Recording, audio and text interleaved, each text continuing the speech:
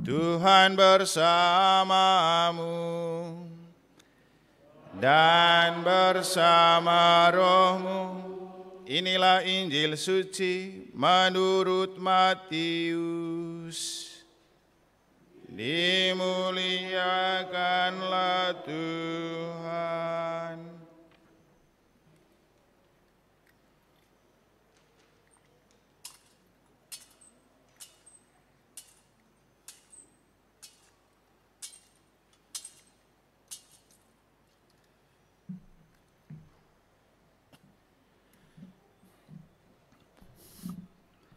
Ketika mendengar bahwa Yohanes Pembaptis telah ditangkap, Yesus menyingkir ke Galilea. Ia meninggalkan Nazaret dan diam di Kapernaum, di tepi danau di daerah Sebulon dan Naftali. Dengan demikian, digenapilah firman yang disampaikan oleh Nabi Yesaya. Tanah Sebulon dan tanah Naftali, jalan ke laut, daerah seberang sungai Yordan, Galilea, wilayah bangsa-bangsa lain, bangsa yang diam dalam kegelapan, telah melihat cahaya yang besar. Dan bagi mereka yang tinggal di negeri yang dinaungi maut, telah terbit cahaya. Sejak itu, Yesus mulai memberitakan, bertobatlah, sebab kerajaan surga sudah dekat. Ketika Yesus sedang berjalan menyusur danau Galilea, ia melihat dua orang bersaudara, yaitu Simon yang disebut Petrus dan Andreas saudaranya. Mereka sedang menebarkan jala di danau, sebab mereka penjala ikan. Yesus berkata kepada mereka, "Mari, ikutlah aku, dan kamu akan kujadikan penjala manusia." Mereka pun segera meninggalkan jalannya dan mengikuti Yesus. Setelah pergi dari sana, Yesus melihat pula dua orang bersaudara yang lain lagi, yaitu Yakobus anak Zebedeus dan Yohanes saudaranya, bersama ayah mereka Zebedeus. Mereka sedang membereskan jala di dalam perahu. Yesus memanggil mereka dan mereka segera meninggalkan perahu serta ayahnya, lalu mengikuti Yesus. Yesus pun berkeliling di seluruh Galilea. Ia mengajar dalam rumah-rumah ibadat dan memberitakan Injil kerajaan surga, serta menyembuhkan orang-orang di antara bangsa itu dari segala penyakit dan kelemahan mereka.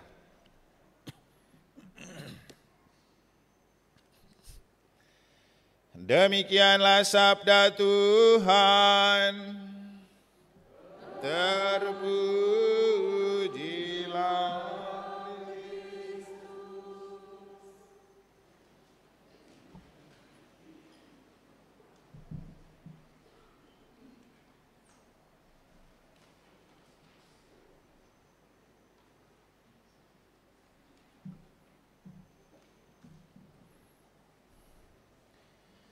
para suster, Bapak Ibu, saudara-saudari, adik-adik, dan anak-anak sekalian yang saya kasih dalam Tuhan. Pertama-tama dari tempat ini saya mengucapkan Gong Si Facai. Selamat merayakan Imlek untuk keluarga yang telah atau yang merayakannya. Dan hari ini saya akan berkhotbah untuk memaknai bacaan suci yang telah kita dengar, memaknai perayaan Imlek, dan juga memaknai hari Minggu Sabda Allah yang dicanangkan oleh Paus Fransiskus pada tanggal 30 September 2019 melalui sebuah dokumen bernama Motu Proprio Aperuit Illis. Ini diambil dari kisah tentang ketika Yesus bangkit, ia menampakkan diri kepada para rasulnya. Waktu itu mata mereka belum terbuka, dan bahkan dalam sebuah cerita ketika mereka kehilangan Yesus, Petrus dan kawan-kawan kembali ke laut untuk melaut, menjalankan fungsi sebagai nelayan. Karena memang sebelum mereka menjadi rasul, mereka adalah nelayan seperti yang dikisahkan dalam Injil pada hari ini. Maka ketika mereka sudah ketiadaan Yesus, sebagai gurunya, mereka kembali ke profesi mereka sebagai nelayan dan mereka melaut. Nah, suatu kali Yesus datang menghampiri mereka. Dan waktu itu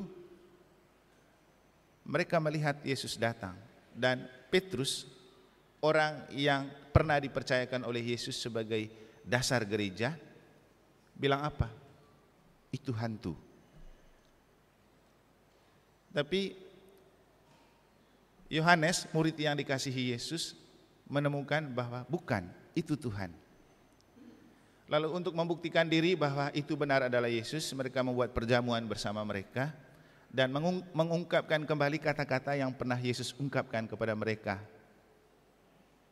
Terimalah dan makanlah. Jadi perjamuan itu yang kemudian kita kenangkan dalam Ekaristi adalah momen berharga yang membuat kita bernostalgia untuk kembali berada bersama Yesus. Mengapa kemudian sering saya mengatakan kita bersyukur jadi orang Katolik karena punya Ekaristi, karena ternyata warisan istimewa yang diwariskan oleh Yesus itu Ekaristi. Waktu mengadakan malam perjamuan terakhir, dia bilang apa kepada para muridnya? Lakukanlah ini sebagai kenangan akan daku. Kalau mau mengenangkan Yesus, lakukan Ekaristi. Dan dalam penampakan Yesus setelah bangkit, kan banyak orang yang meragukan kalau Yesus benar bangkit. Dua orang murid yang berjalan ke Emmaus juga mengalami itu. Padahal jalan bersama Yesus tapi mereka tidak yakin. Tapi untuk meyakinkan mereka, Yesus mengajak untuk makan dan mengucapkan lagi kata-kata yang sama. Jadi itulah irama bagaimana Yesus memperkenalkan diri kepada para murid untuk mereka yakin bahwa ia benar-benar telah bangkit. Jadi perjamuan bersama dan Ekaristi adalah momen yang mempersatukan kembali kita dengan Tuhan, dan sebuah peringatan yang mengingatkan dan membangkitkan kembali kenangan kita akan pentingnya persaudaraan dan kekeluargaan. Dan saya yakin salah satu hal penting yang dilakukan untuk Imlek, kalau saya tidak salah baca, itu ada namanya malam kekeluargaan, di mana keluarga semua berkumpul untuk makan bersama. Kemudian ada lagi ritus orang tua taruh angpao di bawah bantal anak-anak atau cucu. Jadi itu semua punya makna nostalgia, makna memoriam, untuk mengenangkan kembali perjalanan hidup kita dan untuk merekatkan kembali persaudaraan dan kekeluargaan yang mungkin telah retak karena orang terlalu egois untuk hanya sibuk dengan diri sendiri dan pekerjaan. Dan perayaan-perayaan seperti Tahun Baru, Imlek, atau hari-hari raya keagamaan sebenarnya paling utama bertujuan untuk merekatkan kembali hubungan kekeluargaan dan persaudaraan antara kita. Jadi inilah cara Yesus merekatkan kembali hubungan para murid dengan antara para murid dan para murid dengan dia dengan sebuah perjamuan.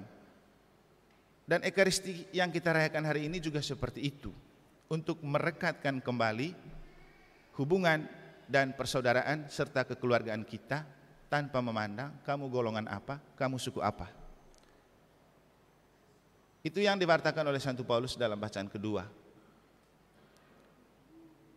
Saya pernah ditanyain oleh salah satu dan beberapa tokoh agama ketika melakukan FKUB. Mereka tanya begini, kenapa gereja Katolik itu apa-apa orang punya perayaan dirayakan di gereja? Imlek juga, padahal Imlek itu bukan orang Katolik punya. Tapi kenapa harus dirayakan di gereja? Saya menjawab dari versi sebagai seorang pastor. Tapi kali ini saya ingin mendengar jawaban dari yang punya Imlek. Maka saya minta Bernard ke sini dulu bersama Adi. Adi di mana? Adi dan Bernard ke sini. Anda sudah berpakaian Imlek tapi Anda orang Katolik. Kan 100% Katolik, 100% Chinese gitu. Saya bantu seperti saya 100% Katolik, 100% Manggarai, 100% Indonesia. Dan saya akan bertanya hal ini kepada mereka. Hadiahnya kitab suci. Karena hari ini hari Minggu Sabda Allah, dan untuk mengapresiasi dan menghargai hari Minggu Sabda Allah, Paus bahkan meminta kalau bisa pastor-pastor kalau berkhotbah itu bawa kitab suci sebagai hadiah untuk umat. Makanya saya bawa ini. Dan kembali ke cerita tadi, Yesus mencoba membangkitkan cara berpikir dan mencerahkan murid-muridnya dengan hadir di hadapan mereka, berkata-kata ulang tentang sabda yang pernah ia ungkapkan. Sehingga sebenarnya arti dari istilah tadi itu, dokumen yang dikeluarkan oleh Paus, aperuit ilis, berarti dan mata mereka terbuka oleh kata-kata Yesus. Nah, sekarang saya mau tanya kepada Adi dan Bernard, agak ke sini lagi. Bernard kan sudah lama jadi Katolik, juga sudah sering melakukan perayaan Imlek dalam misa. Bernard sendiri sebagai orang Katolik dan orang Tionghoa menjawab pertanyaan tadi itu bagaimana ya? Kenapa dalam gereja Katolik apa-apa dirayakan di gereja, termasuk Imlek? Orang Katolik kan bukan orang Cina katanya, tapi kenapa merayakan Imlek? Bernard silakan menjawab, ini mic untuk Anda.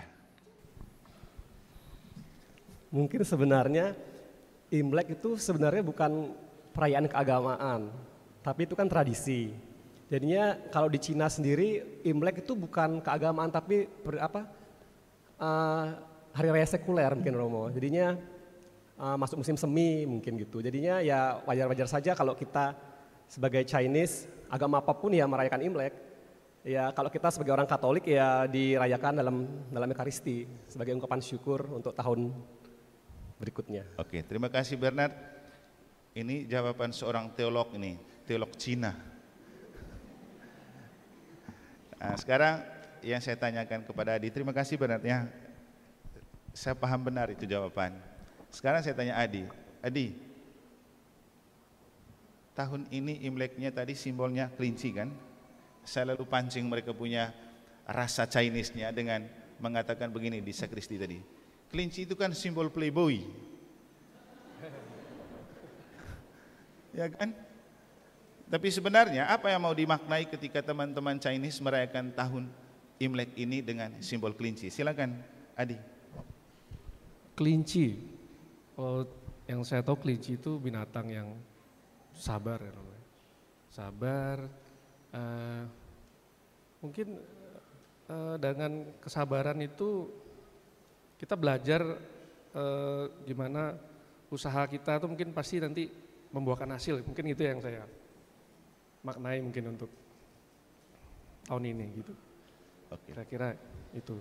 Itu makna yang mau dimaknai tahun ini. Kalau mau sukses harus sabar ya. Sabar. Tadi juga ada kata-kata yang saya dengar itu kalau mau damai juga harus sabar. Sabar juga. Sabar, ya. Jadi intinya kelinci ini kelihatannya dia gampang sekali lenting, tapi di balik kelentingannya itu ada sebuah falsafah yang sangat besar, yaitu sabar. Apapun yang dihadapi harus dihadapi dengan sabar. Kalau kata orang, hadapi apapun dengan senyum, atau apapun makanannya, minumannya tetap teh botol, maka dalam hal kesabaran kita bisa mengatakan apapun kenyataan dan tantangan hidup, hadapilah dengan sabar dan senyum. Dan kelinci itu dulu saya kenal baik kelinci waktu saya masih seminari Labuan Bajo. Biasanya saya mampir untuk nginap di Ruteng di rumah om saya. Dan ternyata mereka di rumahnya itu ada piara kelinci, makannya rumput. Kadang-kadang waktu saya pulang, mereka bunuh kelinci ini untuk saya makan. Karena melihat kelinci yang begitu lembut, saya jadi macam takut untuk makan. Tapi mereka bilang, makan saja, ini enak, lebih enak dari daging ayam, katanya kelinci. Dan memang akhirnya saya makan dan enak, empuk dan lembut. Dan tidak ada yang empuk dan lembut yang tidak enak, pasti mengenakan. Tapi jangan terlena dengan yang enak. Karena ada satu hal yang dapat dibaca dari kelinci, yaitu ia memancarkan cahaya. Kalau saya lihat kelinci itu seperti penampilannya itu shining brightly. Dia punya warna kulit itu kilau berkilauan dan memikat untuk dipandang. Silakan Adi dan Bernard pulang. Ini kitab suci saya kasih untuk kamu, bisa baca setengah-setengah ya.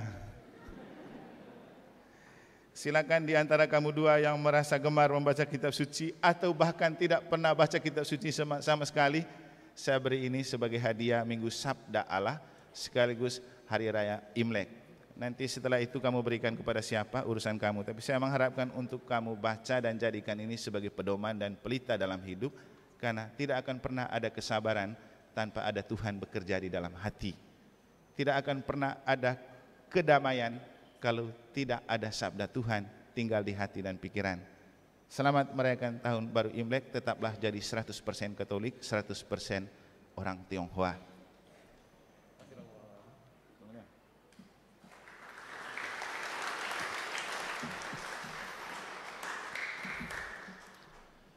Bapak Ibu Saudara-saudari, kita kembali ke pertanyaan tadi. Mengapa apapun perayaan orang dirayakan oleh orang Katolik?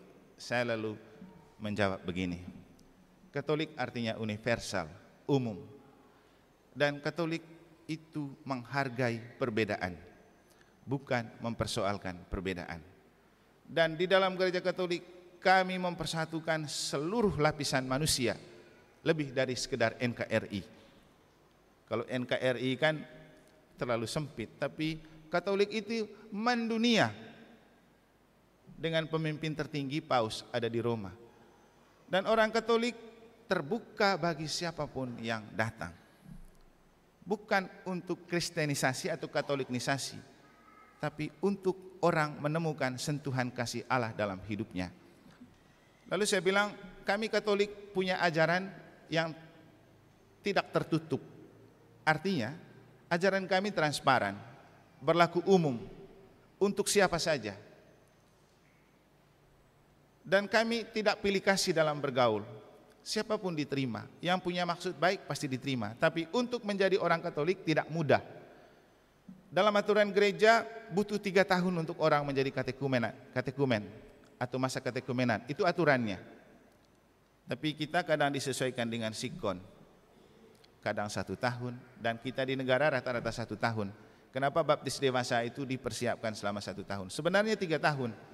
Karena tidak mudahnya untuk dengan begitu gampang menjadi Katolik. Makanya agama Katolik itu tidak untuk membuat orang banyak-banyak dan cepat-cepat jadi Katolik. Karena percuma banyak kalau tidak berbobot.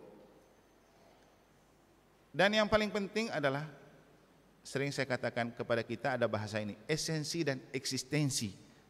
Esensi itu apa yang hakiki, yang tak dapat diubah dan tak lekang oleh waktu dalam gereja Katolik. Dan yang hakiki dalam gereja Katolik itu apa? Sakramen. Pertama, Allah Tritunggal, itu tidak bisa diganggu-gugat.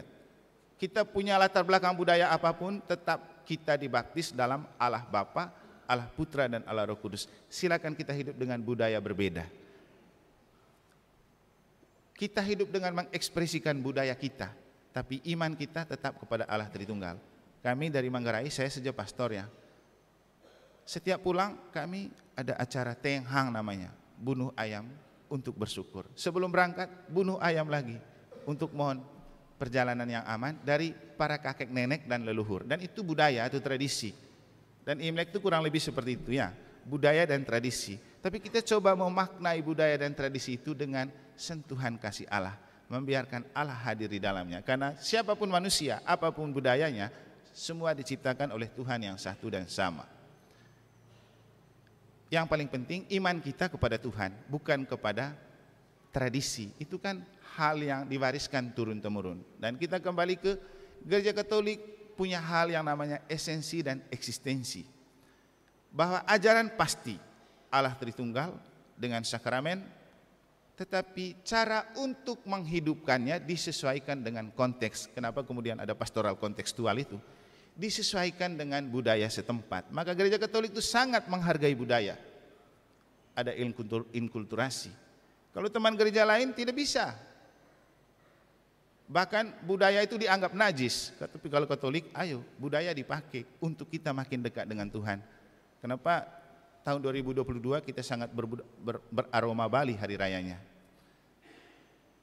Bukan percaya kepada budaya, tapi memakai budaya sebagai jalan untuk kita makin percaya kepada Tuhan. Jadi itulah Katolik. Eksistensi itu soal casing, penampilan. Kemarin Bernard tanya, Romo, kami boleh pakai pakaian ini besok untuk jadi lektor? Saya bilang pakai saja. Aturan liturgi mengatakan bahwa harus pakai pakaian lektor kan? Itu aturan. Berarti eksistensi soal penampilan, bahwa berpakaian lektor supaya beda dengan umat yang lain. Tapi esensinya sama, mewartakan sabda. Itu paling penting. Percuma berpakaian lektor kalau tidak menjiwai sabda untuk diwartakan. Makanya Bapak Ibu bisa lihat, orang jadi lektor tapi kalau dia tidak menjiwai sabda, kan percuma berpakaian lektor. Tapi berpakaian seperti tadi, kalau menjiwai untuk mewartakan, itu jauh lebih penting. Itu namanya esensi, tidak menghilangkan hakikat dan kodrat. Soal penampilan itu boleh dipoles. Atau hari ini kita merayakan Ekaristi perayaan Imlek. Casingnya saja yang berpenampilan beda. Secara liturgis hari ini kan minggu biasa kan, harusnya hijau. Itu kan casing, eksistensi. Hati kita tetap sama kan. Kita merayakan misa dan warna-warninya boleh beraroma Imlek, tapi misanya kan tetap sama, dipimpin oleh seorang pastor dengan model yang sama, dengan liturgi yang sama. Dan itu tidak bisa dirubah. Model misa seperti ini dari Roma sampai di mana saja begitu. Tapi casingnya, eksistensinya disesuaikan dengan kondisi. Kemarin saya tanya Romo Alphonse, mereka kan juga ada misa Imlek sama Bapak Uskup. Saya bilang, kamu pakai pakaian apa besok? Dia bilang merah. Oh ya, makanya hari ini kita pakai merah. Karena ya gereja Katolik kan gitu. Kalau Bapak Uskup sudah boleh, kenapa kita tidak? Walaupun di negara kadang-kadang kebijaksanaan Bapak Uskup juga diomelin kan. Di negara itu kan gitu, kebijaksanaan Bapak Uskup kan diomelin. Karena banyak yang mau jadi uskup. Tapi kita kembali ke memaknai perayaan Imlek. Jadi kita merayakan Imlek bukan karena kita tidak menghargai teman-teman Chinese atau Tionghoa. Justru karena kita menghargai, kita mencoba membalutnya dengan sentuhan kasih Allah dalam misa. Sehingga apa yang dikatakan oleh Bernard itu benar. Itu adalah tradisi turun-temurun, budaya yang diwariskan. Dan Yesus sangat menghargai budaya. Yesus itu mau dibaptis di Sungai Yordan karena ia menghargai budaya Yahudi. Itulah makanya ia mau dibaptis. Tapi Yesus bergerak lebih dari orang lain yang dibaptis. Kenapa? Ia lebih taat kepada Allah. Dan itulah jadi Katolik. Kita punya budaya masing-masing, kita harus hargai. Tapi harus ada sesuatu yang lebih dari sekedar menghargai budaya. Yaitu apa? Ketaatan iman kepada Allah. Makanya kenapa saya bilang jangan sampai kelompok arisan lebih berharga daripada gereja. Itu salah. Itu salah untuk gereja Katolik. Anda boleh menghargai sukumu, budayamu, kelompok arisanmu, tapi jangan itu dijadikan sebagai standar untuk hidup menggereja. Tetap hidup menggereja di atas dari semuanya. Karena Katolik itu universal. Kita bertumbuh dalam perbedaan, kita menghargai perbedaan. Dan inilah maksud dari Santo Paulus dalam bacaan kedua ketika ia mengatakan apa? Tidak ada orang yang bilang saya dari kelompok Apolos, saya dari golongan ini, saya dari golongan ini. Kita semua satu, dibaptis dalam Kristus, dibaptis dalam Allah Tritunggal. Maka jadi Katolik jangan hidup untuk mengutamakan dan mempersoalkan perbedaan. Apalagi gereja Katolik negaranya, Anda tahu kita itu sangat heterogen, muncul dari macam-macam latar belakang dan suku. Ini kekayaan. Jangan melihat perbedaan ini sebagai alasan untuk kita memporak-porandakan persekutuan gereja. Justru mari kita memakai kekuatan-kekuatan dari perbedaan itu untuk membangun gereja. Maka terima kasih untuk keluarga besar Chinese, teman-teman Tionghoa yang telah rela untuk merayakan Imlek di dalam gereja dalam perayaan hari ini disepuh dengan kekuatan iman Katolik. Semoga perayaan ini makin memantapkan iman kita akan Allah Tritunggal, makin meningkatkan rasa cinta kita kepada gereja, karena gereja selalu menerima semua, menghargai semua, ingin hidup dan bertumbuh dalam perbedaan. Tanggalkan egoisme, tanggalkan sukuisme, karena Katolik artinya universal. Dan inti dan puncak dari seluruh hidup orang Katolik adalah sabda Allah. Akhirnya Bapak Ibu, Paus Fransiskus mengeluarkan sebuah dokumen khusus untuk hari Minggu Sabda Allah hari ini, bertolak dari kerinduan bahwa mari kita mencintai kitab suci. Jadikan kitab suci sebagai pedoman dan pelita dalam hidup. Ia memakai falsafah dari Santo Hieronymus, dan juga dokumen itu dikeluarkan dalam rangka perayaan Hari Santo Hieronymus, pelindung kitab suci, yang punya prinsip dan moto salah satunya mencintai Kristus, berarti mencintai kitab suci, atau tidak mengenal kitab suci berarti tidak mengenal Kristus. Dan kalau kita betul mau mengenal Kristus, banyak baca kitab suci. Dan membaca kitab suci bukan soal Anda mengerti dan paham.